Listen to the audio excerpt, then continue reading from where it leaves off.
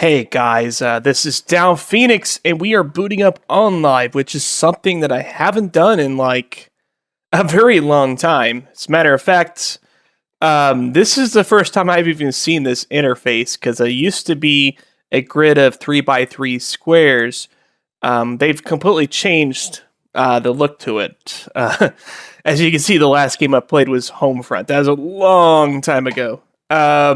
So yeah, I mean, Onlive was definitely a service that was, it's actually very quiet, because it used to have music on the menu screen. I guess they disabled that for some reason. But anyways, it used to be a service I would use a lot back in the day, because, you know, it is a great service to play PC games on for people that didn't have a very good PC to play games on, since it just streamed it off the cloud. And so that was a really nice feature of it.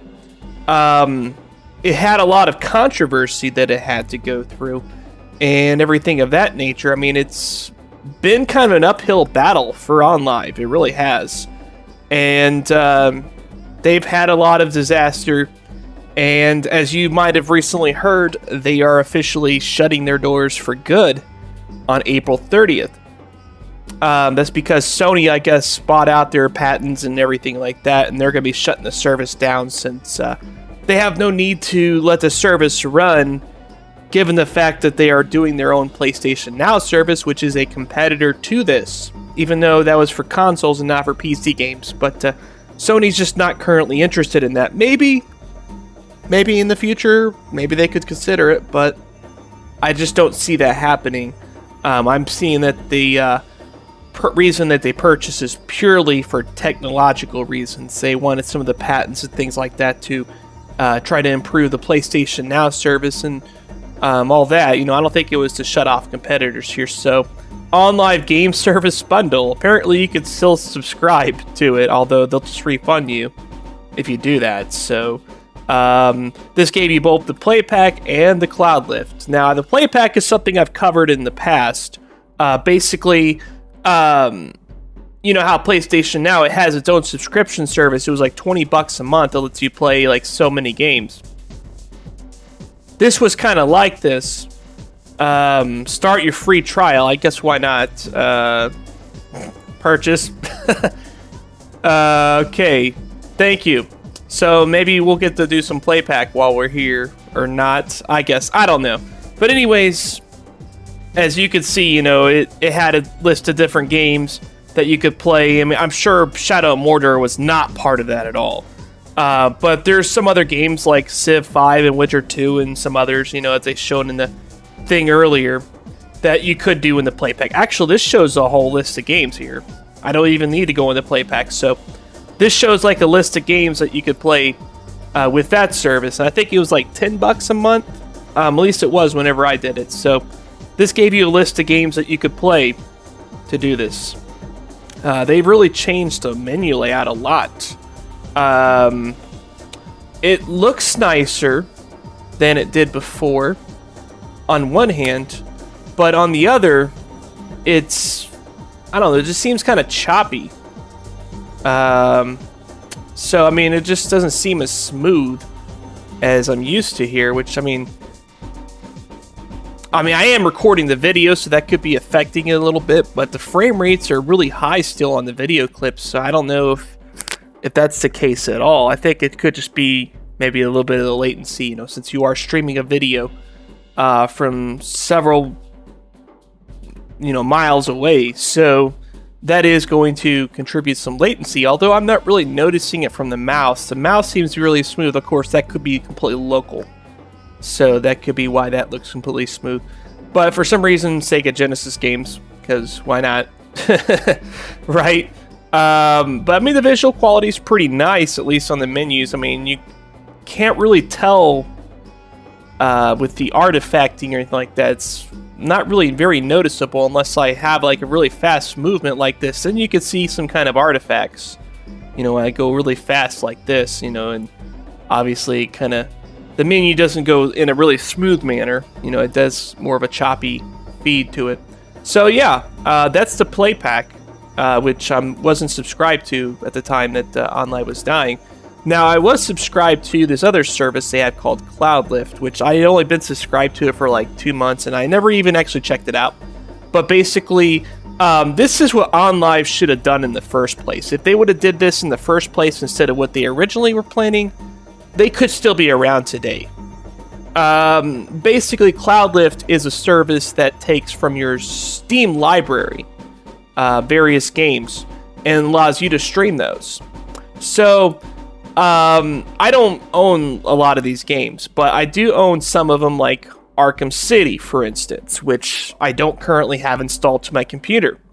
Since this works off of Cloud Play, I could just click play and begin playing the game after it finishes loading, instead of having to wait several minutes or whatever to wait for Steam to download and process the game and everything like that. So, if you're that kind of person that has that instant gratification feel to it, this would have been really cool for you. As well as somebody, obviously, if you didn't have that good of PC specs. So, we're going to wait for this to load. Now, the loading used to be a lot cooler back in the day, because it used to show clips of like the game that you're playing and stuff, you know. But now it's really generic, really basic. I don't know if that's just to kind of maybe cut down on the system resources or what, but yeah, here we are in the game now. This apparently, now we're starting to get a little bit of mouse lag. It's not too bad. I'm sure it'd be just fine for in-game play, but I am noticing it's just a little bit latency. Yes, NVIDIA, the way it's meant to be played. I am playing on AMD, bitch. Okay, so I've got all this stuff. I don't know why it didn't grab my Steam saves. I don't know if maybe it didn't... I don't know. Maybe I didn't have my save on Steam Cloud or something, but whatever. But at least this service does allow you to sync through Steam Cloud.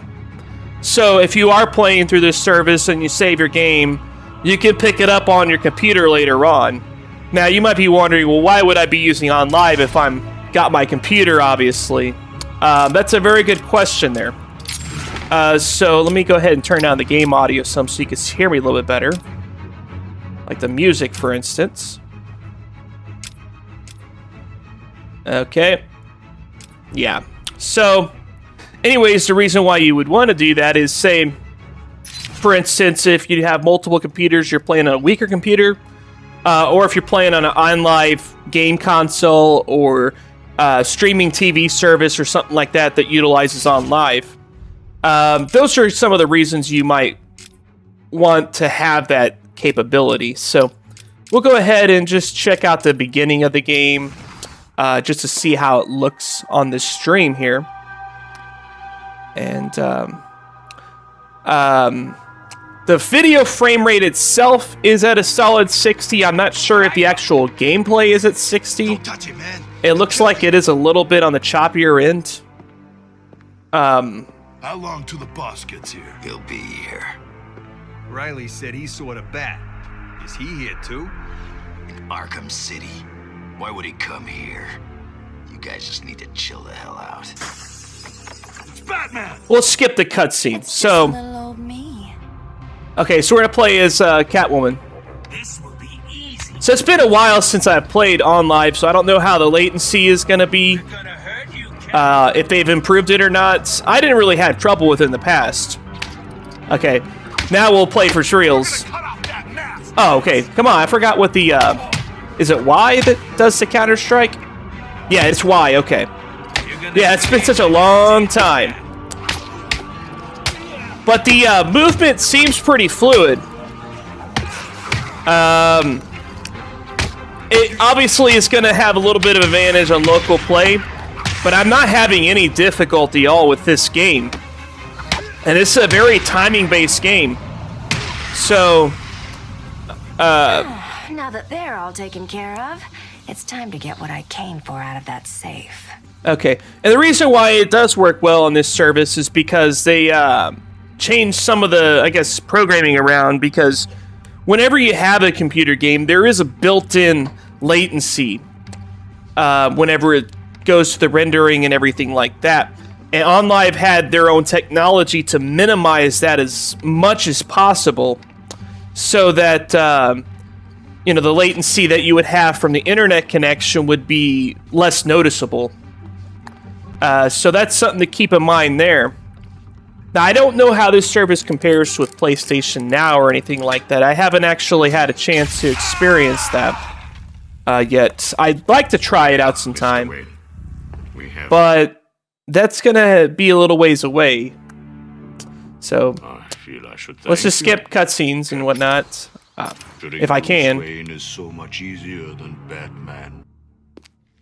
Okay, so I mean, as far as the visual fidelity of the game itself, it doesn't look like it's running in the highest settings, but OnLive has stated in the past that they may not necessarily do that if the high settings can interfere with like the game streaming. Like if it gives it more artifacts and things like that, then they'll, you know, tend to disable it in those situations. So that could be the case with this game. I mean, it does have like a lot of lighting effects and whatnot, so yeah. What the hell are you doing? Did you think we wouldn't hear you? There we go. I'm Bruce Wayne, bitch. Just because I don't got my suit on doesn't mean I'm not a badass still. Ah, damn. That's gotta hurt a lot more without the suit, though. Welcome. Oh, man. You're gonna be my bitch, Wayne. You're mine. Back on the ground. What are you waiting for, Wayne? Alright, we'll do this. You're in line A. Wayne, I hit you. I'm not sure how it'll turn out in YouTube, but there is a lot of artifacting with stuff like this fence here. This kind of stuff does not do pretty well, not do very well with video compression. Also, the darker areas aren't quite as appealing looking. You're on my list. Still, though, it looks pretty good. I mean, it's definitely playable. Move up, prisoner. Get out of the way, asshole. Okay. Lower your weapons. Mr. Wayne will not be any trouble. Will you, Mr. Wayne? The cuffs can stay on. We don't want to make things too easy, do we? Definitely not. If it's not a challenge, then it's not fun, right? Bruce Wayne? Great. Here I was reporting on your crummy press conference, and now here we both are. I guess that'll teach you to get involved in politics, won't it? Listen to me carefully. When they open the door, do not panic. Stay close to me. Do you think I'm taking advice from some guy who's never even been in a fight? Stay calm. They're trying to scare us. Sorry, man. It's every man for himself. Little do they know.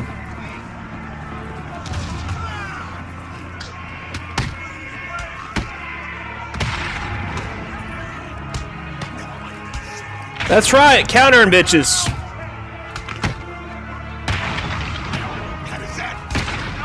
On your feet, Ryder. I Red said skill. get up. Look who it is. Oh, we got back attacked. Not cool, son. Not cool. Lights out, rich boy. Oh, man. Good times. Wakey, wakey, wait. Okay, we'll just go ahead and wrap this up because I want to check out a couple other things there. But that was the CloudLift service. So this actually links your games that you have on your Steam account. So it's actually going to sync the game to my Steam cloud, so that the next time I play the game, I'll be able to pick up where I left off via Steam if I'm not playing on Onlive. So that's pretty cool. That's what OnLive should have done in the first place. Instead, they did a closed wall approach when they first started this service. So I'll explain how that worked, basically. So now, bear in mind, they had this service where you bought play passes. This is where you bought individual games. Now, this used to be a lot better organized because you would used to show every single game that you had in a separate library from, this is the My Game section. This should only show games that I have access to. And market should show everything that's available, or everything that I don't have that's available for sale. But that's not how they have it laid out. And this is kind of a problem. I mean, this certainly explains why the service is going downhill now. But this showed all the different games that you could buy a play pass for. That's just an individual purchase. You bought the game and you got to stream it. Now, one of the controversies that this had back in the day, I don't know if this is something I can still show or not. Like, let's say Assassin's Creed Brotherhood, for instance. One of the controversies that Play Passes had was that they had a thing that said that you had access to that game until X date. Now, Brotherhood, I guess I would have probably bought that around... trying to think here. I think that game might have been out whenever the Onlive service was out. I'm not 100% sure, but I've owned this game for quite a long time. I've owned it for longer than 3 years, which is what they said the time frame is. So we'll go ahead and click play, see if I could still play it. Obviously, I guess with, like, if anybody was to join Onlive, which I don't think you can anymore now since the service is about to shut down, but if anybody was, yeah. So, Uplay features may not be working with this title. Multiplayer is not available in the trial.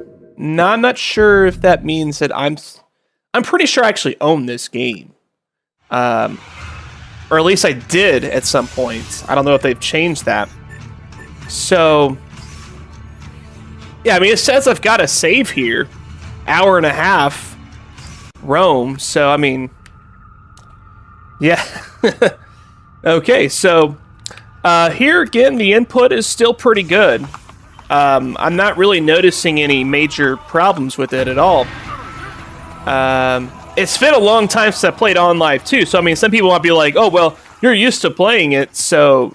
Well, yeah, I used to be used to playing it, but it's been a long time. It really has. So, I'm just not that familiar with it like I used to be, so... Let's go ahead and open this door. Why not?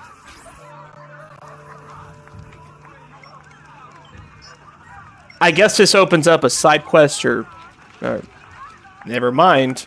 Okay, so I'm looking for a thief. Here must be a thief right there. Come play with me, friend. Oh, it's some kind of bar game or something, I guess they're doing. Really fun. I'm not interested, actually. You can play this game yourself. Have fun, buddy.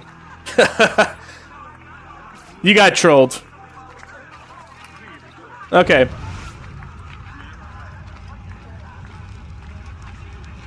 So let's just go ahead and leave and do something more exciting, I guess, right?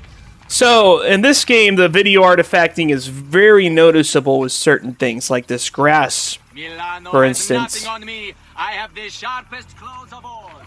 The grass looks completely terrible. And this game's definitely not on the highest frame rate either. But it is at least running at a very... Or not highest frame rate, highest settings, but at least running at a very smooth frame rate. So that's very good. That's really the most important thing after all with games, you know what I mean? Obviously, with the compression here, it's not as good as it would be with some other games. But it's still plenty playable.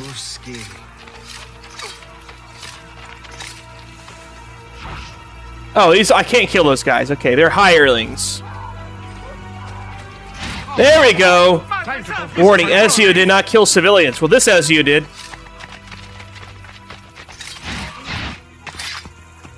That's alright. That's quite alright. Ezio did not kill civilians. Well, he just did. You just watched him do it. Obviously, your history is wrong. But anyways, we'll go ahead and hop out of this. This is the dashboard for the Onlive service, which I'm going to get out of this now. Kind of fun reminiscing, but at the same time, it's nothing like I remember it at all. This is quite different. So over the next few days, I think we will explore some more of the Onlive service and, you know, check things out here.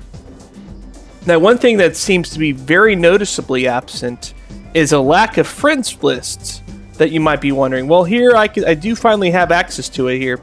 It used to be really cool with how they did friends lists, because you were able to see like who was online, what game they were playing, with like a little preview window of exactly what's going on with the game. But now it looks like they went with something a lot more bare bones here.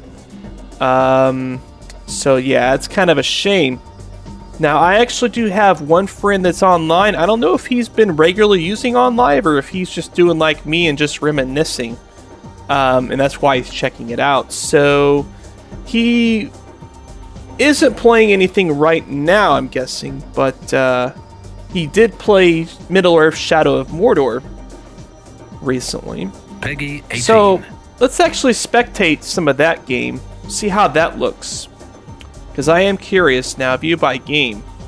Okay, so... Wait, is that 12 people playing Splinter Cell? Holy crap, a lot of people playing Splinter Cell, more so than the other games, I'm guessing. Let's see here. Let's go ahead and go back. This control interface used to be a lot more the interface used to be a lot more controller friendly. 4 people playing NBA 2K10. Seriously, not 2K12, guys, which is still an old game, but at least play something more recent, right? But yeah, it appears that Splinter Cell is the winner right now. Or no, Saints Row the Third, 14 players, okay. Let's see what else we've got here. MotoGP. Let's see. The hot game back in the day used to be Homefront. I remember like a while back I was playing Homefront on the PC, just checking it out, and there was literally more people on Onlive playing it than actual PC version. But then again, Onlive didn't really have a lot of good multiplayer games, so your selection was a lot more limited to that. And Brotherhood, by the way, used to work with multiplayer support. I remember playing Brotherhood multiplayer quite a bit. Whenever I was doing Onlive. So, I'm not sure what happened to that, if Ubisoft pulled out their support of it or what. But you can see, there's not really a lot of people playing it. Batman Arkham City, Mafia 2, they seem to got pretty decent player counts. But yeah, for the most part, its service is quite dead. So let's check out Shadow of Mordor, played by Zoika. And, so we're going to see what's going on here. Hey, Zoika, do you have a microphone?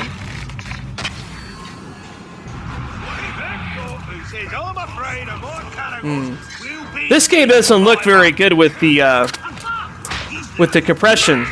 It's really dark. It probably looks a lot better in the daytime.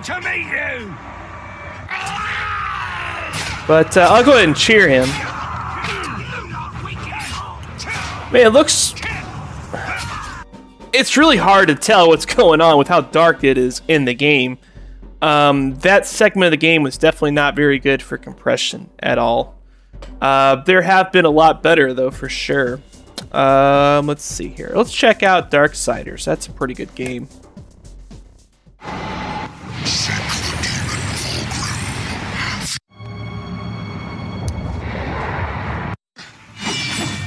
This one fares a lot better, it looks like. You know, I mean, it's still got some blur to it, but you can see a lot easier what's going on.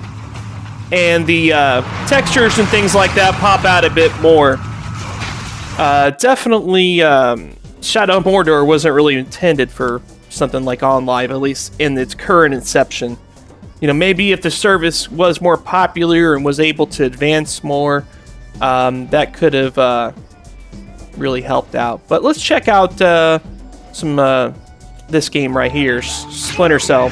I used to love playing the hell out of Splinter Cell. This one's actually looking pretty good. Like, I mean, it doesn't look too bad at all. The compression artifacts aren't nearly as noticeable, even though it is still dark.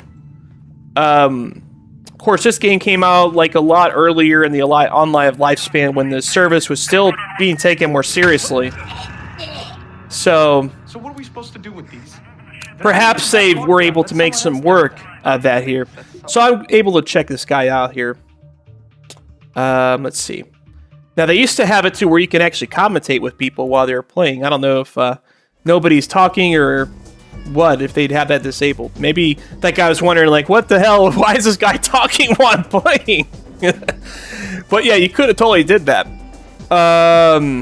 So yeah, that's a pretty interesting look here. I think I'll do a couple more videos kind of outlining more of like where this service succeeded and failed.